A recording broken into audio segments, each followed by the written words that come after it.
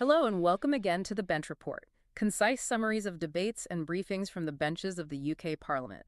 A new topic every episode. You're listening to Amy and Ivan. Hello.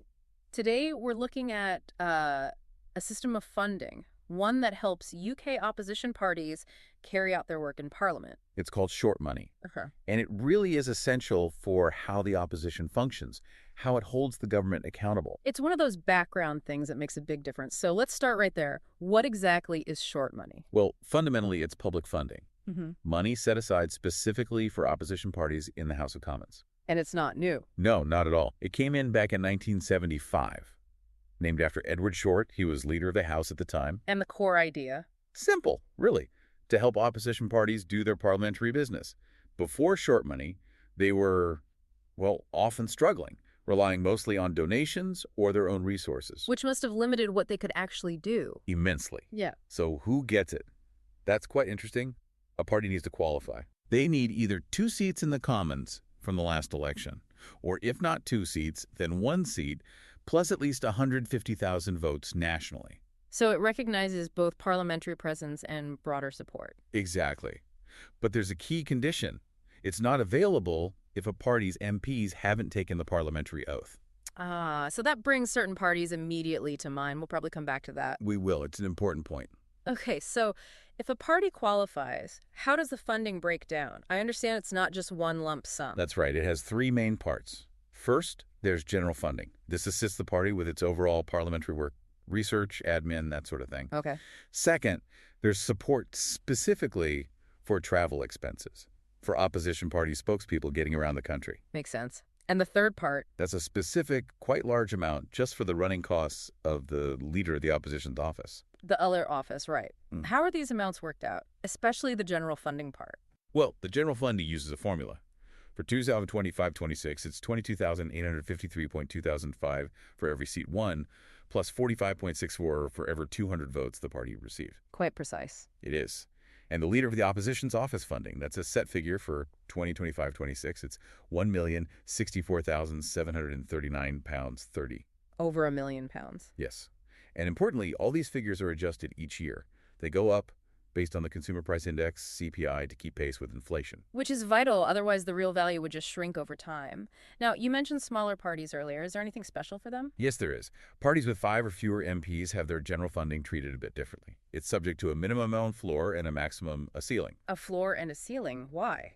The idea of the floor, around £132,000 for 2025-26, is to ensure even very small parties have a basic level of resource to function. The ceiling, about £395,000, perhaps prevents disproportionate funding based just on votes if seat numbers are tiny. These levels are linked to IPSA staffing budgets. IPSA, the Independent Parliamentary Standards Authority. That's the one. They set the framework. And we saw this system work after the last election in July 2024. How so? Well, the Green Party and Reform UK, they both hit that ceiling amount, receiving the £395,000. Even with just a few MPs each? Correct. Meanwhile, the SDLP, the Social Democratic and Labour Party, their calculated amount was below the floor. So their funding was lifted up to that minimum level, the $131,685. So it provides a safety net for the smallest parties, but also caps it. Interesting balance. Now, this is public money. Accountability must be a big deal. Absolutely crucial. Parties getting short money have to provide an auditor's certificate to the House authorities. And what does that certify? It confirms the money was spent only on parliamentary business, nothing else. They also have to report details on staff they employ, other costs. It's quite thorough. Any examples of this in action? There was a case with the Scottish National Party, the SNP, in April 2023. They were facing the potential loss of their short money allocation because their auditor hadn't certified their accounts by the deadline. There was a real risk. They did manage to meet the deadline in the end, but it shows the rules have teeth. Good to know there are checks and balances. So we know how it's calculated, who gets it, the rules. What do parties actually use it for day to day? Primarily, it goes towards things like research support for their front bench teams, the shadow ministers, helping them get across government proposals, develop alternatives. So policy work. Yes, and crucial support in the whip's offices. Coordinating MPs, making sure people are in the right place for votes. And as we mentioned, staffing for the leader of the opposition. It enables them to function effectively. It really funds the mechanics of opposition. Thinking bigger picture now, short money is just for the Commons opposition, right? Strictly. If you're in government, you don't get it. Think back to the coalition government, 2010 to 2015. Conservatives and Lib Dems. Neither party got short money then because they were in government. But what about deals like confidence and supply? Good question. Take the DUP, the Democratic Unionist Party, in 2017. They had that agreement with the conservatives. But they still got short money. Yes, because they weren't in the government. They didn't hold ministerial posts. They remained technically an opposition party supporting the government on certain votes, so they kept their short money entitlement. A fine but important distinction. What about the House of Lords? Is there an equivalent? There is. It's called Cranborne Money, introduced later in 1996. And it does the same job but for the Lords. Pretty much. Yeah. Supports the main opposition parties there. For 2025-26, the Conservatives and the Lords get nearly £900,000. The Lib Dems around £440,000. And anyone else? Yes. It also funds the convener of the crossbench peers. That's important for coordinating the independent members of the Lords. They get about £135,000. So parallel systems for both houses. But what about that point you raised earlier? Parties whose MPs don't take the oath. Sinn Féin, for instance. Right. They don't qualify for short money. But they aren't left entirely without public funds related to their elected status. There's a separate scheme for them.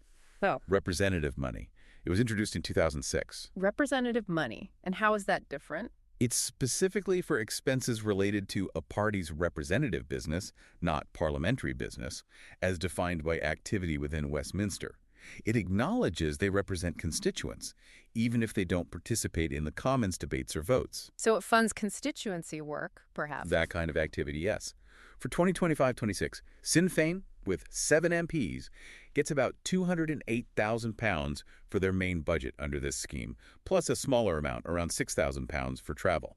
This distinction between parliamentary and representative money sounds like it could be controversial. It definitely is. You often hear representative money described as an anomaly. Why the controversy? Well, critics argue public money intended for parliamentary work shouldn't go to MPs who, by choice, don't participate in Parliament. They see it as funding abstentionism. But the counter-argument is that these MPs are elected, they do have constituents, and this funding allows them to perform representative functions, just not within Westminster itself. It supports their mandate. It's a genuine clash of principles. Has there been pressure to change this? Oh, yes. Jim Shannon from the DUP, for instance, applied for a Commons debate on this back in April 2024. He specifically called it short money funding for abstentionist parties and argued the rules should change if MPs don't attend. Highlighting the perceived disparity, what's the government's position? They tend to stay out of it directly. The consistent line has been that this is ultimately a matter for the House of Commons itself to decide. It's Parliament's rules, essentially. So it's up to MPs to change the system if they want to.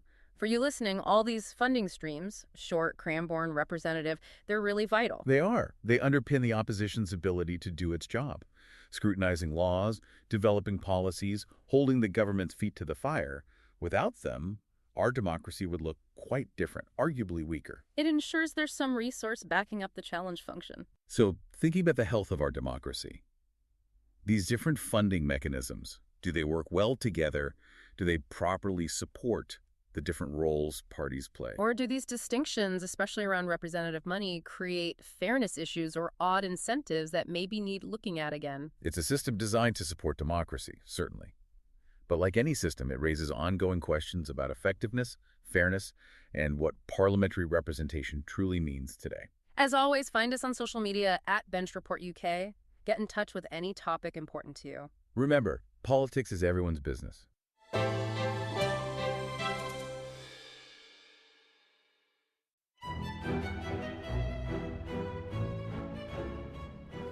Hello there, this is Tom, the producer of The Bench Report. Listener suggestions are vital to my mission of making politics more accessible and accountable. So, if you have an issue that's really important to you, personally or professionally, and want to know what those in power are doing about it, please get in touch via email or via our socials at Bench Report UK. I'll grab another coffee and start scanning those parliamentary archives.